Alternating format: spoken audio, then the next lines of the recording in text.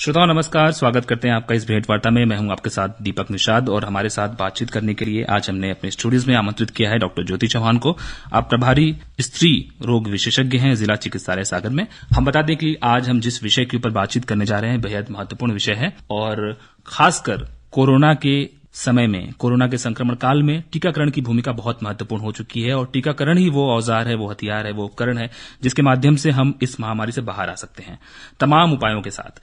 तो खासकर आखिरी में अभी जो नाम जुड़ा है, अभी और भी श्रेणी के लोग उसमें जुड़ सकते हैं, बच्चे भी जुड़ सकते हैं, लेकिन महिलाओं का नाम अभी आखिरी फहरिस्त में जुड़ा हुआ है। गर्भवती महिलाओं का खासकर टीकाकरण शुरू हुआ है गत सप्ताह से।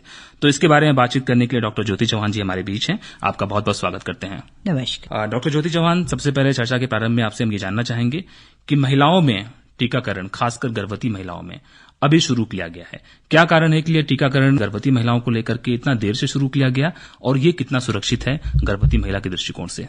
सुरक्षा की दृष्टि से ही इसको थोड़ा सा वेट करके शुरू किया हमारी सरकार ने। बाहर के देशों में तो 3-4 माह पहले ही इसका प्रेग्नेंट वुमेन का वैक्सीनेशन शुरू हो गया था, लेकिन हमारी सरकार चाहती थी कि किसी भी प्रकार से हमारे महिलाओं और बच्चों को किसी प्रकार का नुकसान न हो। तो जब तक फेज 3 ट्रायल्स नहीं हो गए, हमारी सरकार ने इसको हरी झंडी नहीं दी। सबसे पहले ये ट्रायल्स फिनिश हो गए थे लैक्टेटिंग वुमेन में, स्तनपान कराने वाली धात्री माताओं में। तो 1 माह पहले उनको अनुमति मिल गई टीकाकरण के लिए और इसी माह की 23 तारीख से हमें अनुमति मिल गई गर्भवती महिलाओं को टीका लगाने की। जी, गर्भवती महिलाओं को टीका लगाने की अनुमति मिल चुकी है, लेकिन सबसे बड़ा सवाल जो अभी भी ये उभरता है कि ये कितना सुरक्षित है, क्योंकि मां के साथ साथ बच्चे का भी सवाल है। तो आप क्या आश्वासन देना चाहेंगे इसके बारे में? मेरा तो कहना है डबल सुरक्षित है, क्योंकि वो मां के साथ बच्चे को भी बचाएगा। और बाहर के देशों में तो इस पर एक्सपेरिमेंट भी हुए। जिन महिलाओं को लास्ट ट्राइमेस्टर में यानी अंतिम तिमाही में ये टीका लगा, उनके बच्चों में एंटीबॉडी टेस्ट किए गए और ये पाया गया कि पर्याप्त मात्रा में वो एंटीबॉडीज उन बच्चों में मौजूद थे। इसका मतलब मां के टीका से न केवल मां ही बच्चे की कोरोना से, उसका बच्चा भी बचेगा कोरोना से।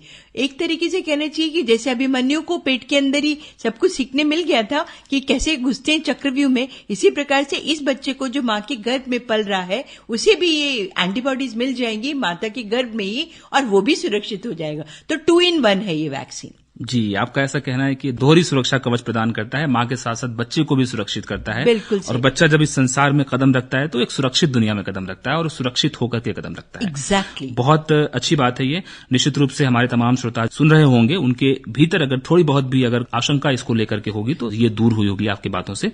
अब सवाल ये उठता है कि जब हम टीकाकरण की बात करते हैं तो हर टीकाकरण का अपना एक समय, अपनी एक मियाद तय है।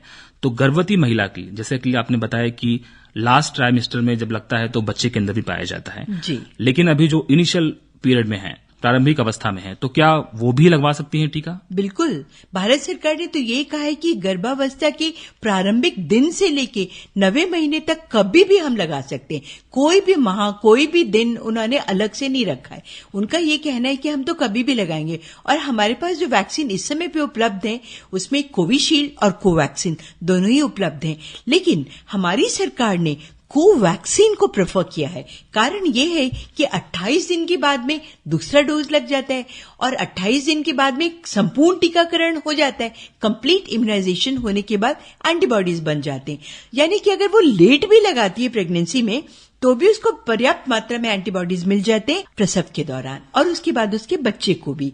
इसलिए जो महिलाएं अभी गर्भवती हैं, मैं उनसे कहना चाहूंगी अर्लियर देन बेटर, क्योंकि हमें नहीं मालूम तीसरी वेव कब आ जाएगी और यदि हम संक्रमित हो गए इंतजार में तो हम दिक्कत में पड़ जाएंगे। और हम तो ठीक ही हैं, हमारे बच्चे के लिए तो वैक्सीन भी नहीं है। वो जब दुनिया में आ जाएगा तो उसको तो प्रोटेक्शन का कोई कवच मिलने वाला ही नहीं है। हम ही अकेले हैं जो उसे बचा सकते हैं। अतः गर्भवती माताओं को और ज्यादा उत्साह के साथ आना चाहिए आगे और अपना टीकाकरण करवाना चाहिए। जितनी जल्दी हो उतना बेहतर है। निश्चित रूप से जितना जल्दी हो उतना बेहतर है। आपने बताया कि हमारे पास 2 वैक्सीन उपलब्ध है अभी, एक कोवैक्सीन, एक कोविशील्ड। तो क्या महिलाओं के केस में, गर्भवती महिलाओं के केस में केवल कोवैक्सीन अभी लगाया जा रहा है? कोविशील्ड का सेकेंड डोज 84 डेज के बाद लगता है।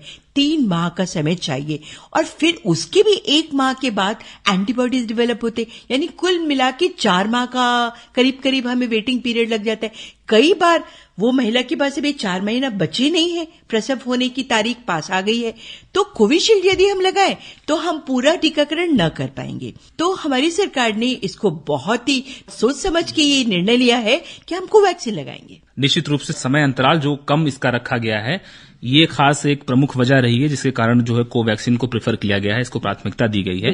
अब डॉक्टर ज्योति चौहान, आपसे हम जानना चाहेंगे कि टीका लगवाने के समय जब हम एक आम पुरुष को या एक आम आदमी को, आम इंसान को टीका लगाते हैं और एक गर्भवती महिला को टीका लगवाते हैं, तो दोनों में क्या फर्क होता है? क्योंकि ये निर्णय बहुत सोच समझ के सबसे बाद में किया गया है, तो कुछ तो अंतर होगा। सही सोच रहे हैं आप। इस निर्णय में थोड़ा सा तो एक चीज छुपी हुई है, और अगर हम थर्ड वेव को रोकना चाहते हैं तो 70% लोग वैक्सीनेट हो जाने चाहिए, तब भी हम रोक पाएंगे।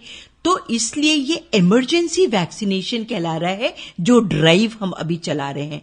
तो हम इसको प्रिकॉशन के तौर पर 20 दिन तक हम कांस्टेंट मॉनिटरिंग में रखेंगे अपनी गर्भवती माताओं को। कम से कम 4 या 5 बार हम फोन करके उनकी वेलबींग को जान लेंगे, और इसीलिए कंपल्सरीली हम उनका फोन नंबर लेते हैं और एक अलग से फॉर्मेट भरवाते हैं उनसे, जिसमें उनकी पूरी डिटेल्स होती हैं, उनके इन्वेस्टिगेशंस भी पूरे करवाते हैं, तभी उनको वैक्सीनेट करते हैं। हाई रिस्क कैटेगरीज को हम अभी प्रेगनेंसी में वैक्सीनेट नहीं कर रहे, जैसे कि यदि किसी का ब्लड प्रेशर बहुत ज्यादा बढ़ा हुआ है या कुछ उसको ऐसा कॉम्प्लिकेशन है कि पिछली प्रेगनेंसी में उसको थ्रोम्बोएम्बोलिक कोई एपिसोड हुआ था, तो हम उसे प्रिकॉशन की दृष्टि से अभी नहीं लगाएंगे। तो हम पहले पूरा निश्चित कर लेते कि फिट पेशेंट है, तभी हम उसको लगाते हैं, और इस प्रकार से ये वैक्सीन नॉन प्रेग्नेंट और प्रेगनेंसी में डिफर करता है। इसका मतलब हम ये समझें कि जो महिला टीकाकरण के लिए जाना चाहती है, गर्भवती महिला, उसको टीकाकरण के लिए जाने से पहले अपने चिकित्सक से जरूर संपर्क करना चाहिए, ऐसा हम कह सकते हैं? बिल्कुल सही सोच रहे हैं आप, और सही ही है ये। हम एक लेडी डॉक्टर को वहां पे ड्यूटी पे रखते हैं, एक स्पेशलिस्ट गायनेकोलॉजिस्ट वहां पे रहता है, और वो उसको एग्जामिन करते हैं प्रेग्नेंट वुमन को, और जब वो उसको फिट पाता है तभी वैक्सीनेशन का उसका रजिस्ट्रेशन होता है। कोविन ऐप पर सभी लोग रजिस्टर कर लेते हैं, लेकिन हम वैक्सीन उसे तभी तक नहीं लगाते जब तक कि 4 लोगों की कंसेंट उस पर नहीं हो। इसका फॉर्मेट थोड़ा अलग है।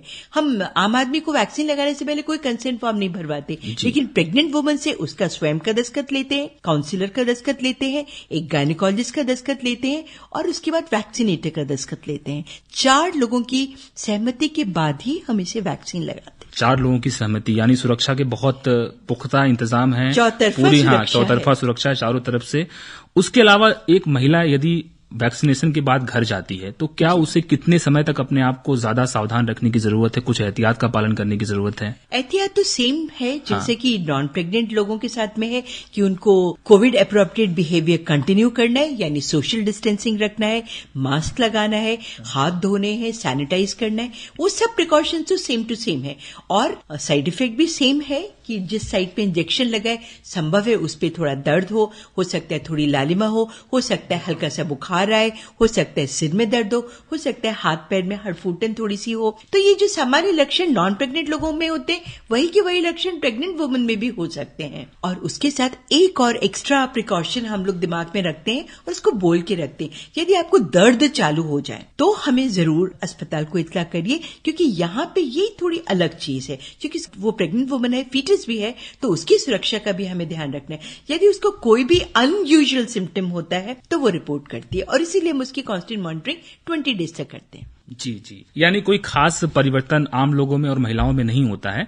डॉक्टर चिकित्सक के लगातार वो निगरानी में होती हैं, ऑब्जर्वेशन में होती हैं, और चूंकि बच्चे का भी सवाल है, माँ का भी सवाल है, दोनों का स्वस्थ रहना बहुत जरूरी है, इसलिए तमाम ये उपाय किए गए हैं। इसमें अब गर्भवती महिलाओं के अलावा जो स्तनपान कराने वाली महिलाएं हैं, ये तो पहले से ही टीकाकरण की श्रेणी में आ चुकी हैं। एक ही माह पहले, उसके पहले वो नहीं आई थी श्रेणी में, उनपे भी स्टडीज कम हुई थी। जब उनकी स्टडीज कंप्लीट हुई तब भी उनको लिया। हमारी सरकार बहुत ज्यादा सुरक्षा का ध्यान रखती है।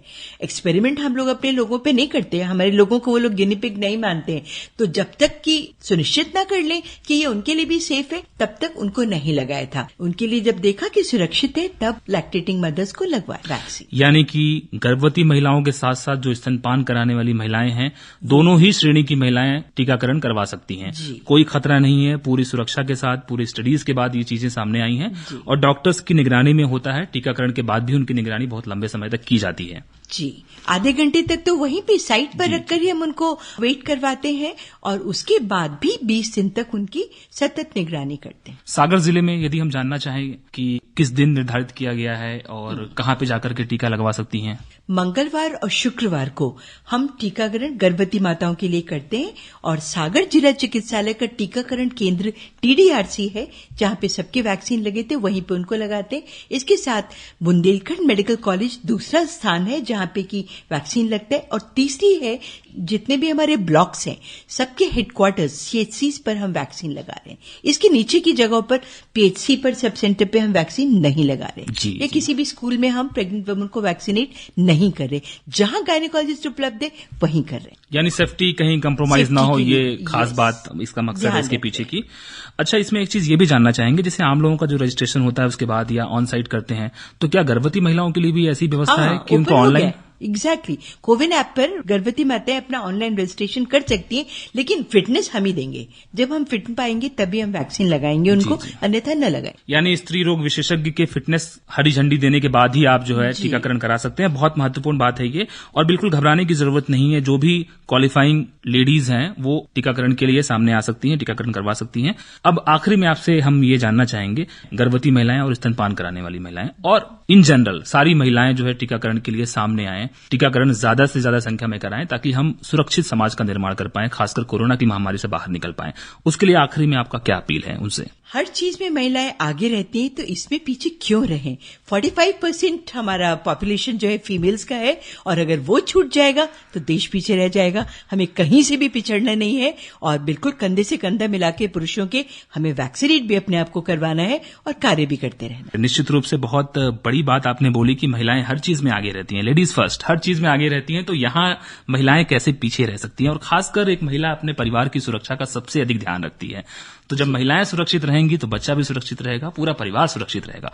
बहुत अच्छा संदेश, बहुत सुंदर संदेश आपका है। और निश्चित रूप से जो महिलाएं, जो परिवार के लोग, अभिभावक सुन रहे हैं, वो जरूर आपकी बात पर अमल करेंगे और टीकाकरण का जो प्रतिशत है वो सुधरेगा और हमारा सागर जो है और हमारा पूरा देश सुरक्षित होगा और कोरोना महामारी से बाहर निकलेगा। एक बात मैं और बोलना चाहूंगी कि जब ये प्रेग्नेंट वुमन वैक्सीनेशन स्टार्ट हुआ तो हम top 5 districts of Madhya Pradesh में रहे। ये निश्चित रूप से बहुत गौरव की बात है और इसमें निश्चित रूप से जिला प्रशासन और हमारे तमाम जो डॉक्टर अमले हैं, दस्ते हैं, हॉस्पिटल्स हैं, उनका बहुत बड़ा योगदान है।